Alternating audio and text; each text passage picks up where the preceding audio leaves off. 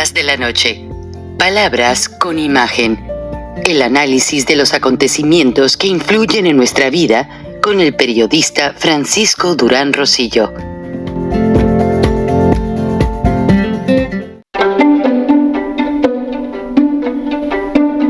Frank Durán Rosillo te saluda y los saluda a todos ustedes, su amiga María Celeste Raraz, para invitarlos a que se suscriban a mi canal de YouTube, María Celeste Raraz, tal como mi nombre, donde les informo todas las semanas sobre entrevistas que tienen un tema que ayuda a mejorarnos como personas y de paso son interesantes. Las pueden encontrar en mi canal de YouTube, así que los espero. Y se suscriben gratis. En todas partes, porque pues como yo les presenté ayer aquí, fue notorio que en el consulado los siervos de la nación de Morena se robaron la elección, intimidando a votantes, ofreciendo dinero, bastantes cosas. Luego me avisaron de gente que estaba en la fila cercanos a la puerta para entrar a votar al consulado y decían que no estaban aceptando que la gente entrara a votar. O sea, tenían, aparte del tortuguismo, truncada la entrada. Cuando se dieron cuenta que toda la gente iba a votar a favor de Xóchitl Gálvez en el consulado de México en Atlanta, bloquearon todo y se acabó. Curiosamente, ya después, casi a las 5 de la tarde, dejaron de entrar, pero era gente que ya estaba pagada y que iba a votar a favor de Moreno. Los pagados. Los buenos votantes que llegaron desde temprano con sus familias se vieron obligados a irse por hambre, por sed, por calor, por cansancio. Muchos venían manejando de ciudades y estados aledaños a Atlanta, Georgia. Y bueno, fue una serie de factores que me hacen ver que queda claro y evidente que hay una manipulación. Yo esperaba que la audiencia me dijera, oye, Frank, qué bárbaro, fuiste muy duro con el cónsul. Nadie, al contrario, hasta me comentan ahí, te faltó decir esto y esto y esto de la ley orgánica del Servicio Exterior Mexicano. Y tengo entendido, aunque don Javier no se llevó bien con Rafael Bernal, también en San José, California, donde está Rafael Bernal, pasó exactamente lo mismo. Allá el personal, lo bueno es que mucho personal de la Secretaría de Relaciones Exteriores me conoce y me hablan con la verdad. Y me dicen, Frank, qué bueno que informaste. Tu nota fue la única a nivel internacional que dio claramente la verdad, que retrató la realidad de los 54 consulados de México en Estados Unidos, otros tantos en Canadá, en España. O sea, fue un fraude completo. Se robaron la elección. Eso no tiene vuelta de hoja. Pero, obviamente, llamaron a una elección, a un resultado limpio supuestamente, y lo triste es que Xóchitl Gálvez pues tuvo que dar el brazo a torcer. ¿Por qué razón? Bueno, semanas antes yo les dije del complot que la CIA detuvo porque ellos andaban buscando a los asesinos de Villavicencio, el candidato presidencial de Ecuador que fue asesinado por el cartel de Sinaloa. Bueno, a Xóchitl no pensaban asesinarla a balazos. La querían envenenar con un gas letal traído de Rusia, que los médicos y las necropsias no determinan la razón real de la muerte. Aparece como un infarto. Bueno, ahora, las presiones y se los digo para que entiendan a Xóchitl Gálvez, yo no dudo ni tantito que Xóchitl Gálvez y su familia terminen aceptando una embajada de México o terminen autoexiliados en otro país o acepten el quédate quieto con tu familia y no te muevas. Porque el problema es que la gente le va a estar preguntando a Xóchitl, ¿por qué entregaste la elección? Si horas antes habías mandado tweets diciendo que ibas dando a entender que ibas a la delantera. O sea, las presiones, se los digo, o sea, si uno como periodista recibe presiones, imagínense, ya como candidata enfrentando completamente el sistema político más nefasto que ha habido en la historia, pues la razón es de entenderse. Ahora, Xóchitl, ella lo ha dicho mucho, tiene un hermano general del ejército y lo presumió demasiado. Es lo que menos debió de haber dicho. Porque Luis Crescencio Sandoval tiene todo el control sobre el hermano y sus familias. Acuérdense que aquí hemos presentado generales del ejército denunciando corrupción, denunciando problemas y luego los hacen que se desdigan. Hay una cadena de situaciones que esta noche no podemos revelar, pero que sí funcionaron como una base de presión fuertísima o fortísima contra Xóchitl Gálvez, su familia, su equipo de colaboradores. Y esta cadena de presiones fue favorecida por Marco Cortés, Amlito Morena. ¿Qué les decía yo? Estos tipos, se los dije en la Semana Santa, son los Judas Iscariotes. Entregaron la cabeza de Xóchitl en una charola de plata. Hay alguien de la mitología griega que entrega la cabeza de alguien precisamente recordando esas situaciones religiosas. No recuerdo, pero a ver si luego les entrego la historia. Así es. Así entregaron la cabeza de Xóchitl Gálvez. Ni a Marco Cortés ni a Amlito Morena les convenía que Xóchitl ganara. Tan sencillo como eso. Amlito Morena lo puso Andrés Manuel López Obrador como dirigente del PRI. Marco Cortés es un arrastrado vendido que nunca ha representado al verdadero panismo. Negociaron otros estados. Guanajuato no lo pudieron negociar porque el empresariado leonés es muy fuerte y ahí estaba Carlos Medina Plasencia, Felipe Pablo Martínez Treviño, don Antonio Lomelí y una serie de gente muy poderosa que, como yo les dije en programas pasados, el Banco de América solo hace una fiesta de Navidad fuera de territorio norteamericano y es a los industriales del calzado en León, Guanajuato, donde se hace esa fiesta, de tan poderosos que son. Ellos son dueños de las fábricas que maquilan calzado en China.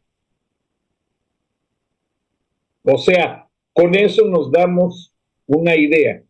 Y aunque a Carlos Medina Plasencia le fascinan los carros de carreras, trabajé con él, les manejé temporalmente parte de sus periódicos, aunque nunca me pagaron, me fui muy enojado porque yo creo que pensaban que comía aire o que como soy guanajuatense, ahí a ver, no, señores, cuando contraten a un profesionista hay que pagarle. Pero, tristemente, y se los digo, estos empresarios también doblaron las manos. El Grupo León solo protegió su estado, el bastión de la independencia, el bastión donde se fortalece el cordón industrial Estado de México que pasa por Guanajuato y pasan a San Luis Potosí, Nuevo León, hasta Tamaulipas. Pero no tuvieron una comunión con el Grupo Monterrey. El Grupo Monterrey se apagó.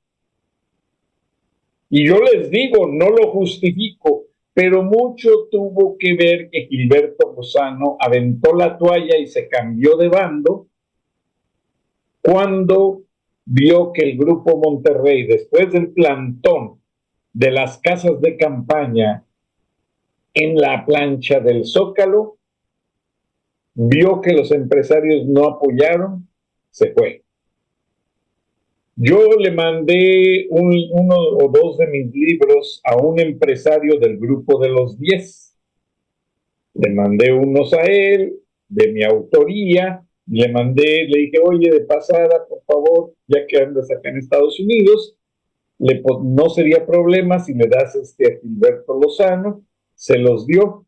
Y Gilberto Lozano me dice muy contento, gracias, recibí los libros. Según yo iba a recogerlos a la residencia de este empresario, a quien conozco, pero no me consideraba amigo de él.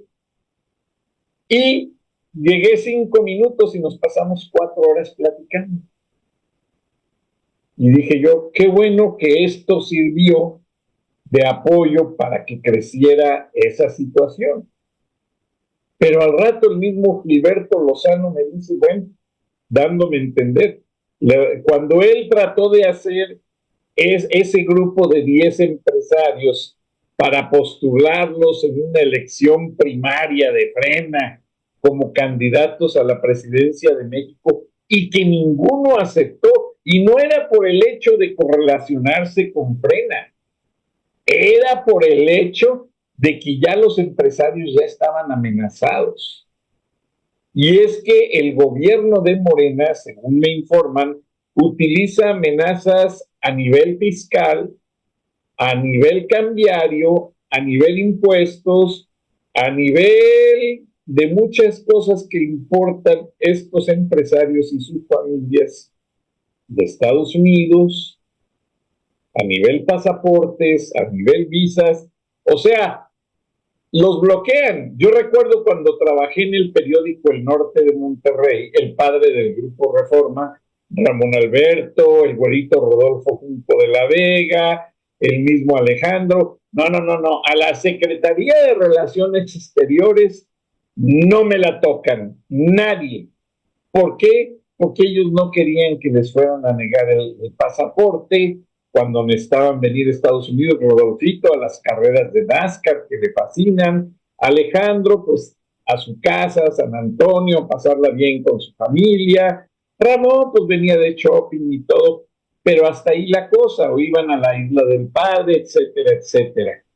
Pero siempre hay un talón de Aquiles que los políticos le saben a cada empresario para tenerlos controladitos. O sea, con el pie aquí, y de aquí no se me mueven. Y obviamente López es priista, conoce a mucha gente. Yo recuerdo cuando estaba de presidente Miguel de la Madrid Hurtado, pasó el terremoto del 85, yo estaba en la Ciudad de México cubriendo tal acontecimiento y estaba de jefe de prensa de la presidencia un ex reportero del periódico El Norte. A ver si me recuerdo el nombre, a ver si la memoria no me traiciona. Creo que se llamaba Manuel.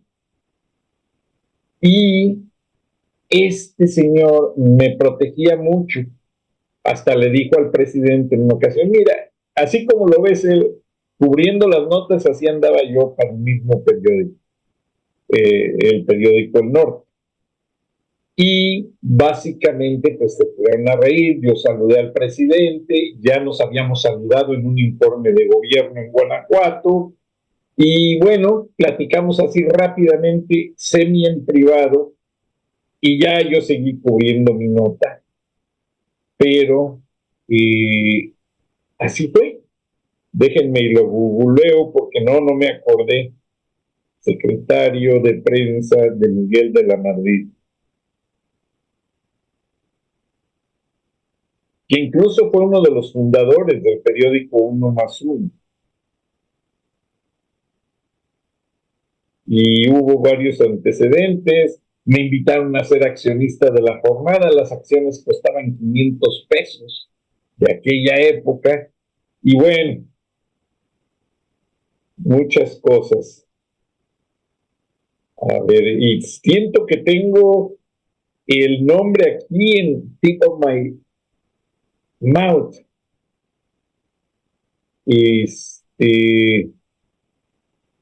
Ay. Miguel de la Madrid Hurtado. Y aquí viene el gabinete, creo.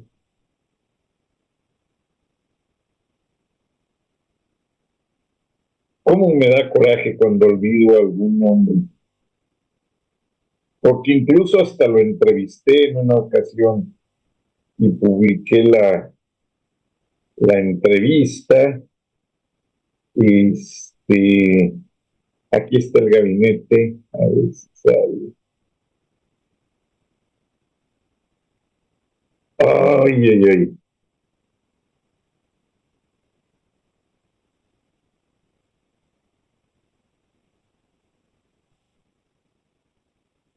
Sí, lo tengo aquí en la punta de la lengua, pero no logro acordarme. Me da un coraje cuando se me olvida un nombre, que ustedes me han de entender por qué se los estoy buscando, porque tiene mucha secuencia de lo que les voy a decir.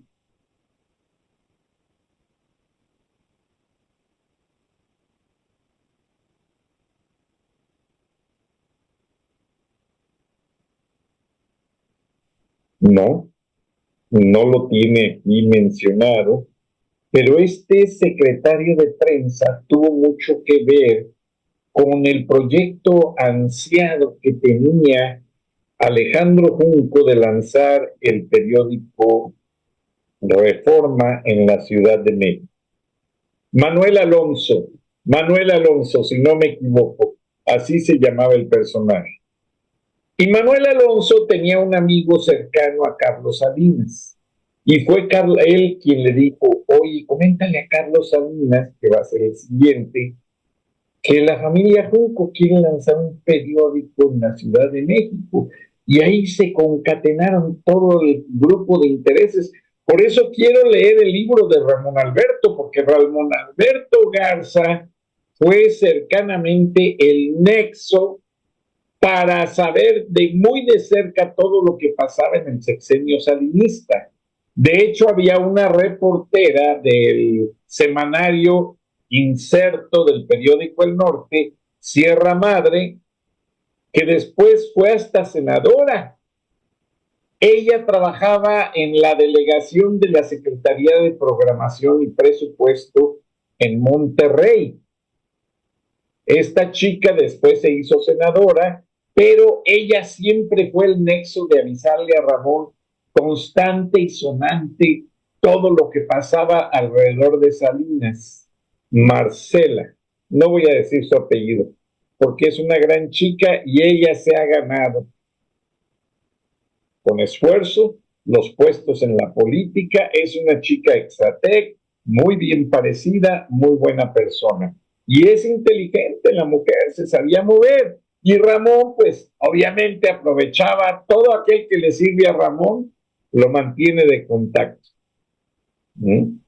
Y lo que sucedió es que Manuel Alonso le hizo allá a Ramón un grupo de gentes que le facilitó mucho el puente a la familia Junco para llegar a Carlos Salinas de Gortari y hacer el lanzamiento de la Reforma. Ramón Alberto ya desde antes que entrara Miguel de la Madrid ya tenía los logos del periódico Reforma ya tenía los planes, ya tenía las invitaciones sobre quiénes iban a ser colaboradores, editorialistas, ya tenían hasta el terreno designado para edificar todo. Pero las situaciones no se daban, pero fue Manuel Alonso el que realmente fue el artífice fundamental del lanzamiento del periódico Reforma. Y hizo un trabajo excepcional. Manuel Alonso, yo siento que hasta socio es de ahí del grupo Reforma, porque los ayudó tremendamente a los hermanos Junco de la Vega. Recuerden que el periódico El Norte había pasado una situación difícil con el grupo Monterrey,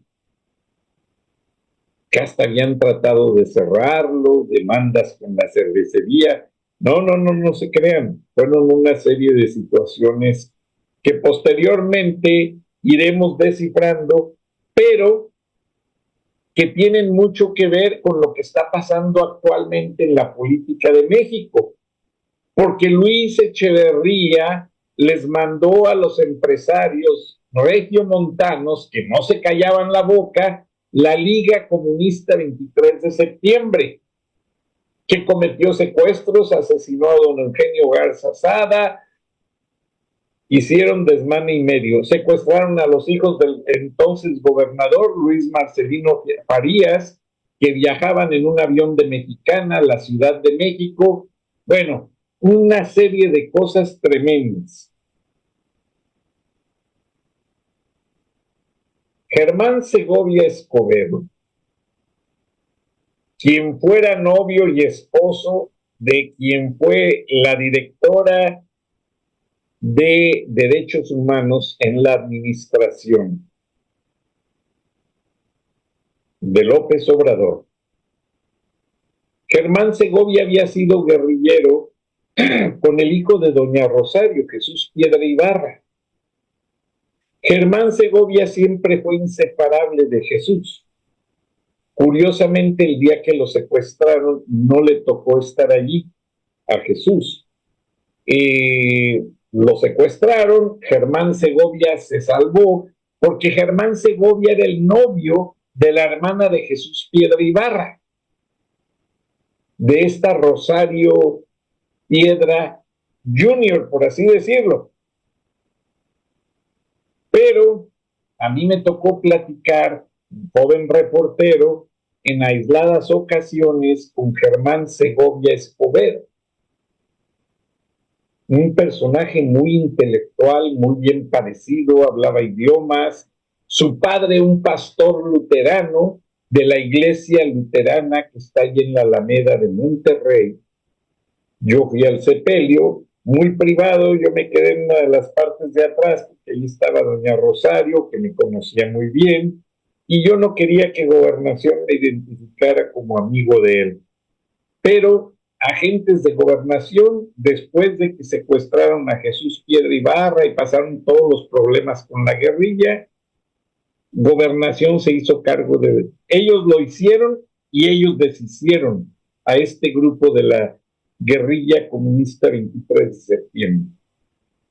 Fernando Gutiérrez Barrios, capitán primero del ejército, tenía muy bien medidas las dimensiones de cada persona.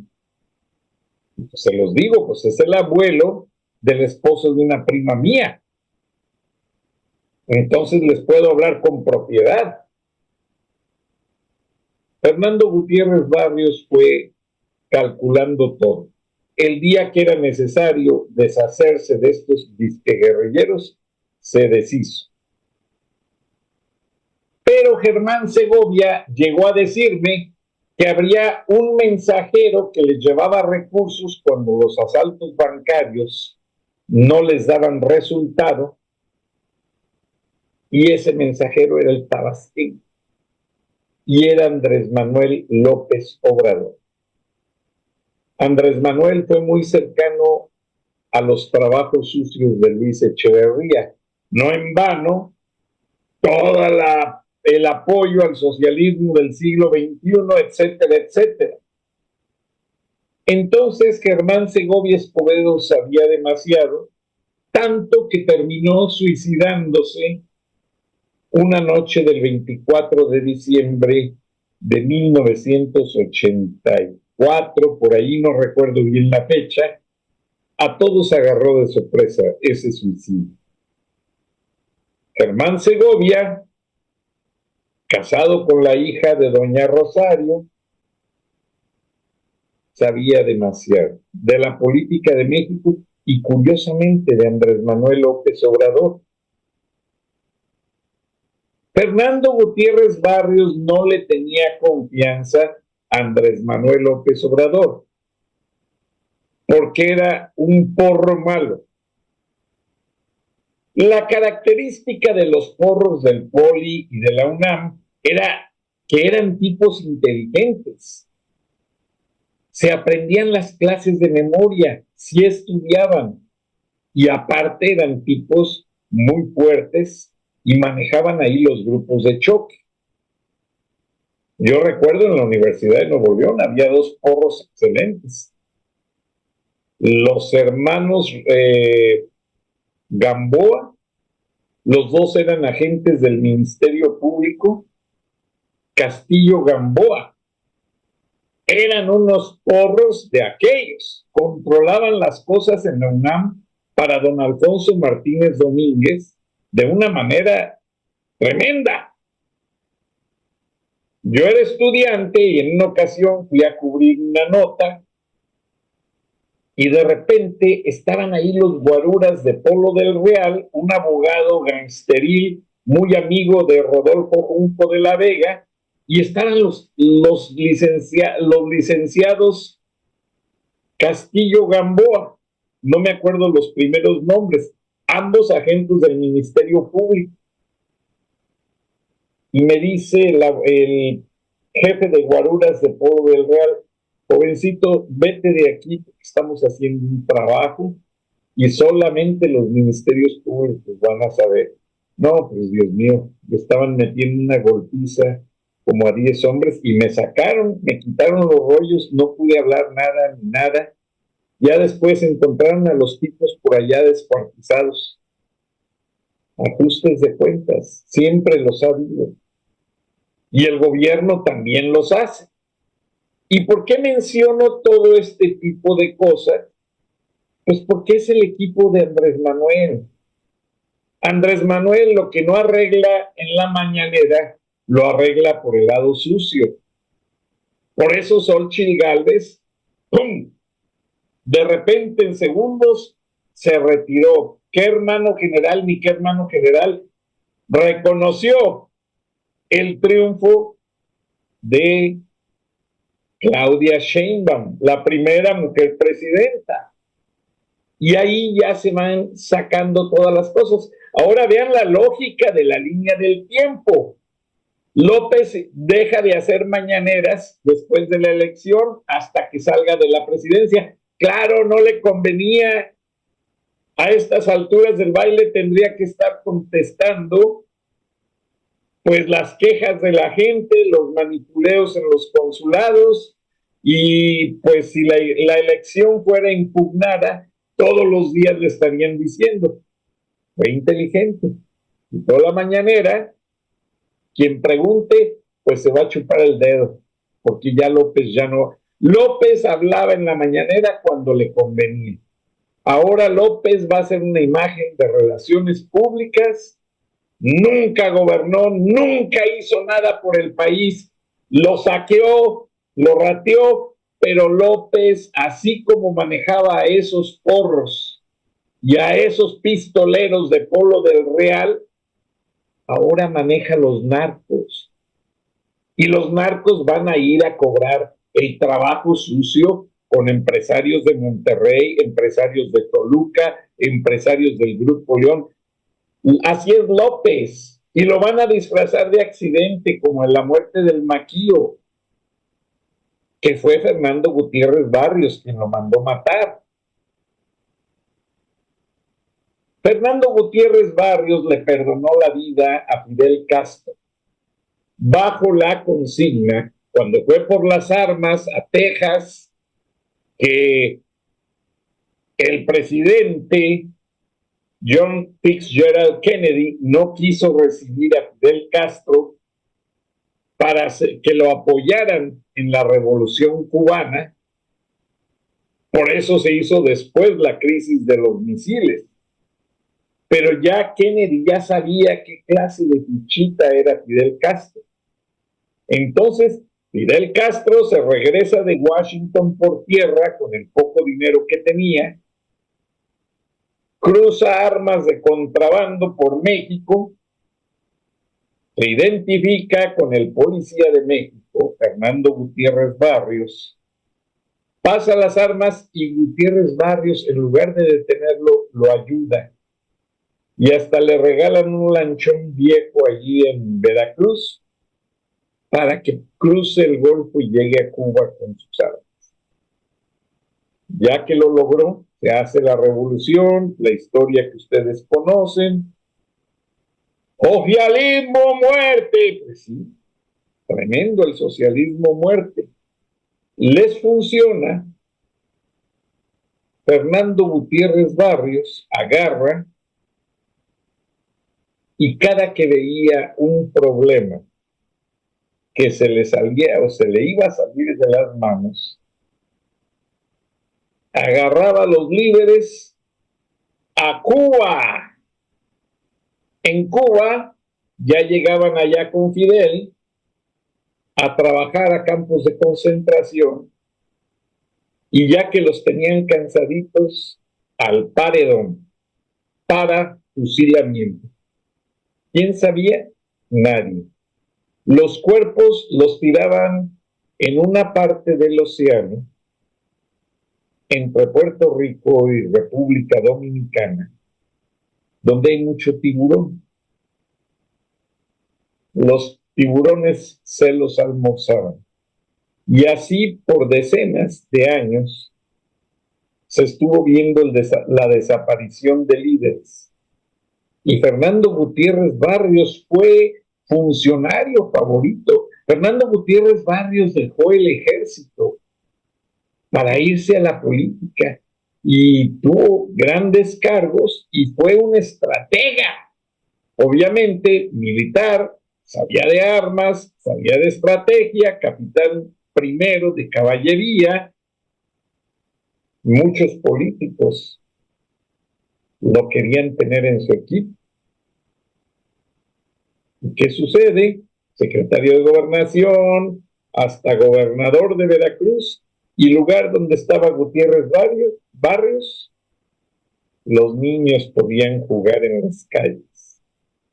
Las niñas podían andar con los novios en los parques. ¿Por qué?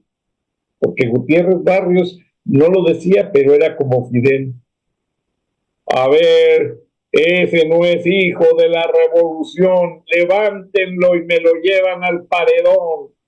Y era el mismo Fidel quien daba las órdenes. A mí unos amigos cubanos me invitaron a ver una colección de fotos secretas. Le mando un abrazo a Alfredo Durán.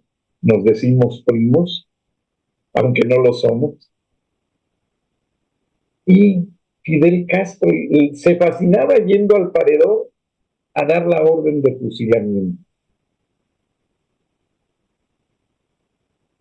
López Obrador siempre supo de las acciones de Fidel y aunque Gutiérrez Barrios no quería o no estaba en la gracia, López Obrador, del capitán primero Fernando Gutiérrez Barrios, pero López se iba con cuidado, porque Gutiérrez Barrios tomaba la decisión y no cambiaba de parecer, como todo militar. Entonces, por eso secuestraron a Fernando Gutiérrez Barrios, los Zetas, que era el grupo formado de miembros del ejército para integrar un cartel de la droga. Y en la hacienda Los Morales, en un evento familiar, Fernando Gutiérrez Barrios dijo, sí, mi secuestro fue real, por esto y aquello, que se los voy a decir en otra ocasión. en otra charla, porque no hay que decir todo, porque pierde uno la autoridad de opinión y es mejor guardárselo. Vean cómo Ramón se guardó 10 añitos, los secretos con López y todas esas componendas. Por eso les digo, quiero ver el libro para ver de cerca. Lo voy a ordenar. Un abrazo, Ramón, eres buen periodista. Pero regresando a la decisión de la elección, porque fue una decisión de López. Gana Sheinbaum porque gana Sheinbaum. Y la decisión de Xochitl también fue decisión de López. Hasta aquí llegaste. Alguien por ahí dijo que a Xochitl le temblaban las piernas en uno de los debates. Algunos lo atribuyeron a que es diabética. No, yo también tengo problemas de salud. Aquí tengo mi placa, problemas de diabetes, pero no te tiemblan las piernas. Si te controlas bien, haces este ejercicio, vas a correr todos los días al parque como yo y haces una infinidad de cosas. Mañana voy a cortar las ramas en mi jardín, etcétera. Lo que sucede con Xochitl es que ya la tenían asoleada. Pobre mujer, llegó muy lejos. Hay que reconocerle que es una heroína. Cuando Gilberto Lozano empezó a criticar a Xochitl día tras día, tras día, tras día, y no dejaba de hacerlo, perdón, estoy en vivo, era porque ya traía la consigna de presidencia de la República de acabar con Xochitl. Y había 3 estrategias. Atacarla para que lo cayera de la gracia de la opinión pública de los mexicanos. La segunda era boicotearle sus eventos, no darle prensa, no darle presupuesto. Los líderes de los partidos que supuestamente hacían el corazón por México, puro traidor, Amlito Morena y Marco Cortés, ellos nomás buscaron su plurinominal, presupuesto para sus partidos y van a ver a la pobre Xochitl, ahí te ves.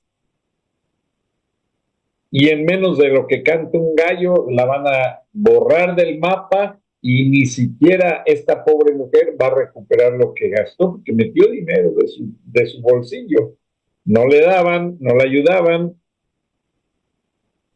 Ahora, Xochitl fue forzada a decidir retirarse y aceptar el triunfo de Claudia Sheinbaum. ¿Qué trae por consiguiente todo esto?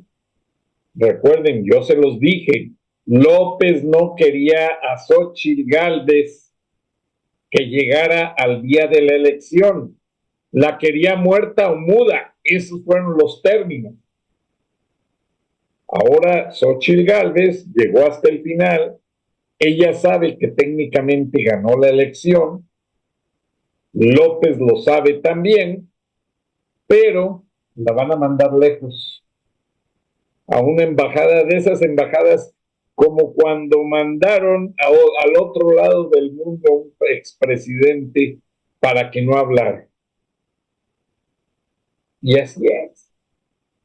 Xochitl ya debe estar haciendo sus maletas con sus hijos, con su esposo, con su gente cercana, a una embajada de esas que no tienen muchos clientes, no van mexicanos a ese país, pero congeladita.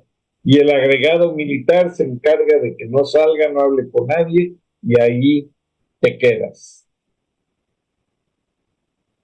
Esa es la realidad de lo que van a ver en un futuro. Y Claudia Sheinbaum a destruir el INE, a destruir la Suprema Corte de Justicia de la Nación, y ya no destruir, porque no se le puede decir de otra manera, que pongan oficiales a modo. Si este ya es un gobierno a modo, van a quitar todas las instituciones que le daban credibilidad al gobierno. van a cambiar la Constitución, van a cambiar el sistema de derecho mexicano. Por eso el aviso, no me vengan con que la ley es la ley. Claro, para él ya no va a haber ley. Ahora desde su rancho o desde un lugar muy bueno en la Ciudad de México, ya no va a vivir en apartamento, el presidente va a estar monitoreando a Claudia Sheinbaum. No va a haber discurso que Claudia Sheinbaum no lea que no esté palomeado por López y su equipo. Y se fijan la ligereza y la facilidad con que la prensa extranjera aceptó el triunfo. Yo ya lo veía venir y lo anuncié días antes. A la prensa extranjera se le compró, les estuvieron dando regalos a los corresponsales, regalos muy caros, mucho dinero en efectivo, y a los medios se les compró mucha publicidad usando al TEMEC. ¿Qué pasa? No les importa. Lo mismo con Milenio, Grupo Reforma, Televisa, etcétera, etcétera. Todos unos verdaderos vendidos. Hasta el cuello.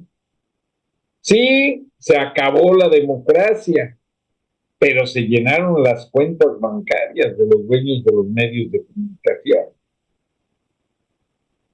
El mejor negocio de las televisoras de Ricardo Salinas Pliego, Azcárraga Gallín, Milenio, el Grupo Reforma, de los hermanos Junco y Carlos Slim, fue la elección.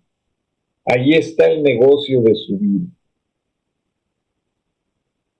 Progresista, efervescente, y el fracaso de los mexicanos está en quienes creímos que la elección se iba a respetar y no fue así. Felicito a quienes votaron en favor de Xóchitl, en favor de la democracia. Y tristemente me despido hoy diciéndoles que sí, Estados Unidos vio esta elección como un manipuleo y ya el presidente Biden puso una primera medida. ¿Cuál es? Obviamente, la frontera, para que nadie se le adelante, para que nadie trate de manipular la situación, y si llegase el Donald Trump tan maltratado en las cortes, pues ya no va a poder hacer nada en política fronteriza, porque ya están allí, pues, todos los intereses creados sobre la política migratoria. O sea, López va a tener en la frontera una piedra en el zapato que Claudia Sheinbaum no ha podido arreglar. Y dicen las notas de los noticieros esta noche que, de acuerdo a una enmienda de una de las iniciativas, porque no es enmienda constitucional, va a ser una orden ejecutiva que se va a firmar mañana, el presidente Biden va a cambiar las reglas de las peticiones de migrantes que esperan en México cruzar la frontera hacia los Estados Unidos. Y aquí tenemos una nota, déjenme ver si tiene la traducción lista. Y si no, yo les tengo otra que tampoco tiene traducción. Siempre batallan mucho buscándoles las notas traducidas. Permítanme un segundito. Ah, acá está. Permítanme. Porque esto es bien importante.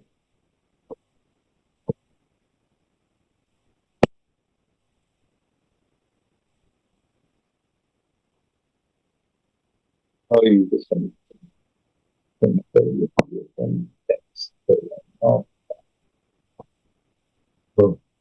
permítanme un segundito.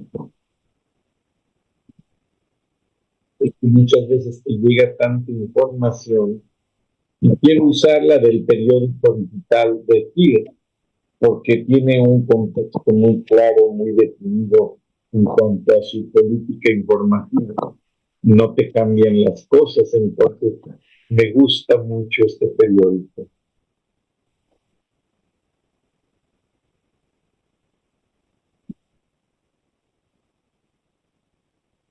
Hoy no tiene traducción. Déjenme ver qué puedo hacer.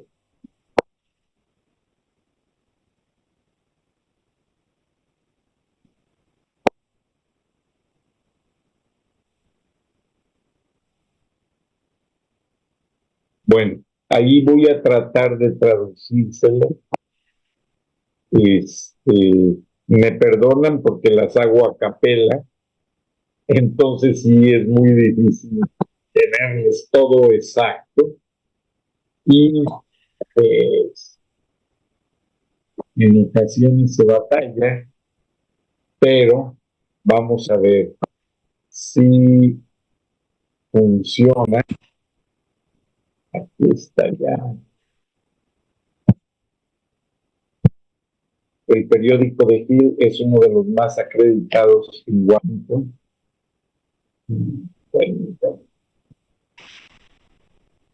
Biden is expected to soon announce an executive order allowing him to temporarily seal the border to migrants when border crossings surge. This would be a major change, limiting the ability of asylum seekers to make their claims. Tell us about this executive order and why President Biden is taking this action now.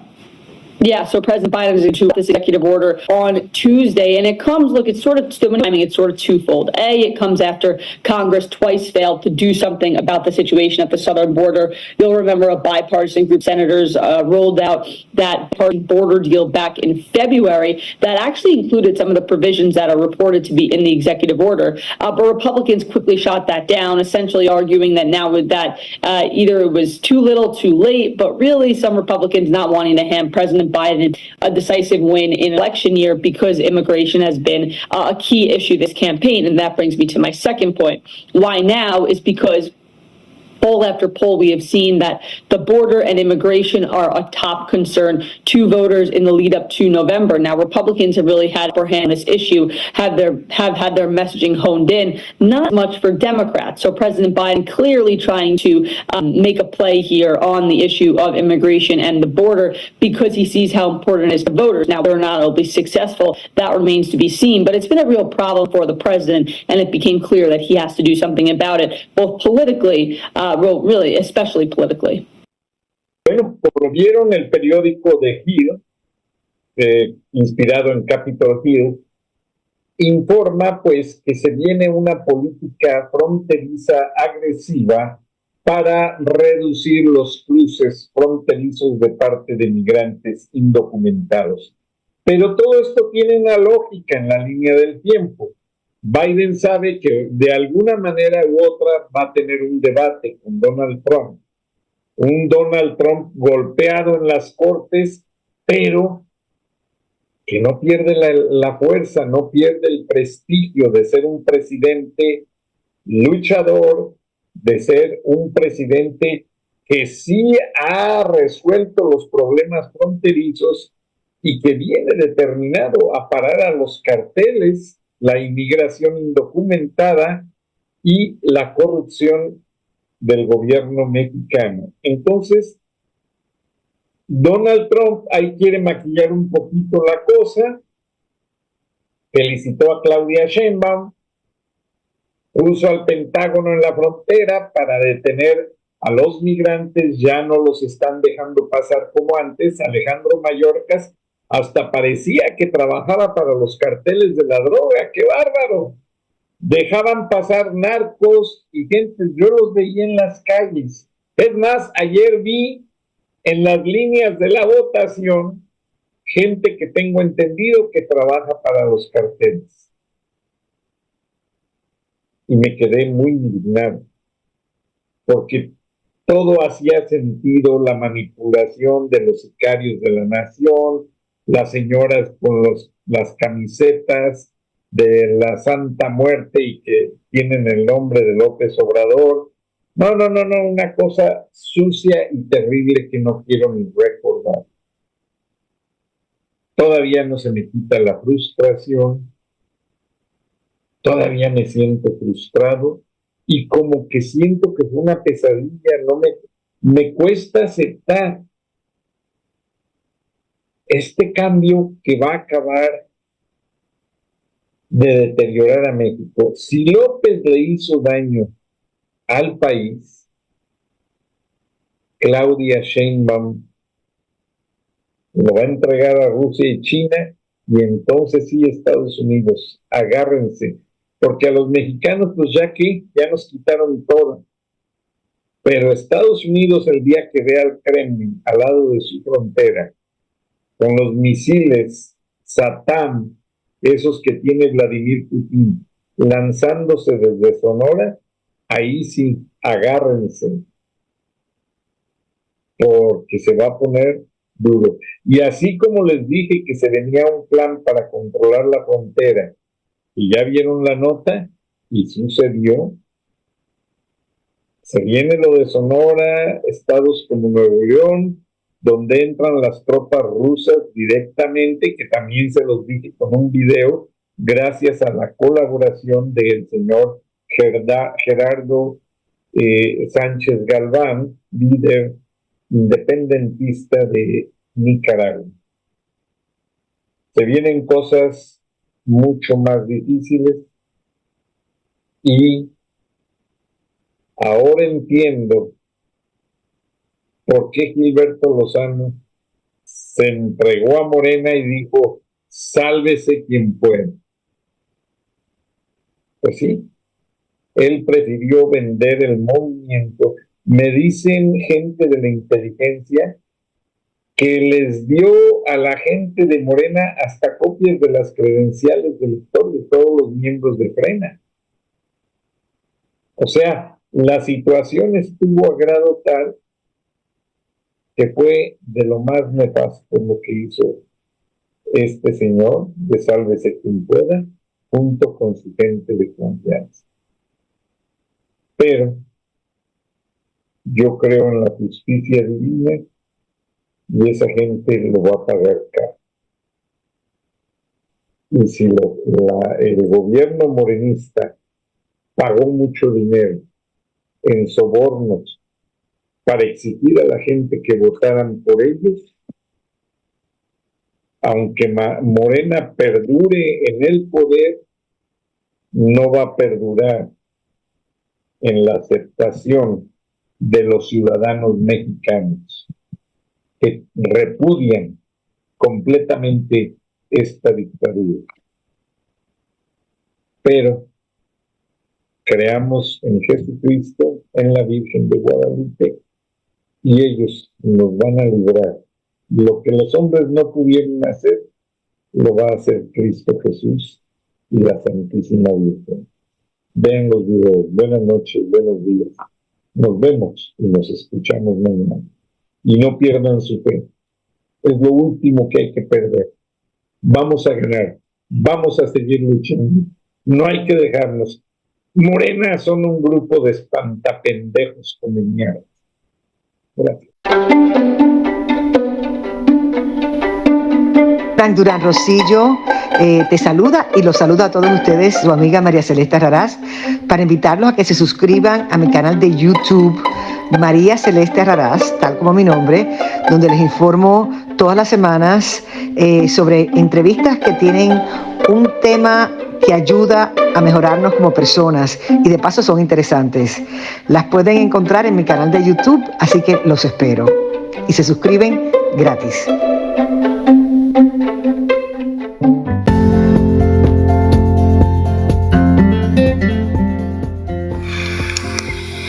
Escuchaste el análisis de la noticia, transparente como el agua, con el periodista Francisco Durán Rosillo.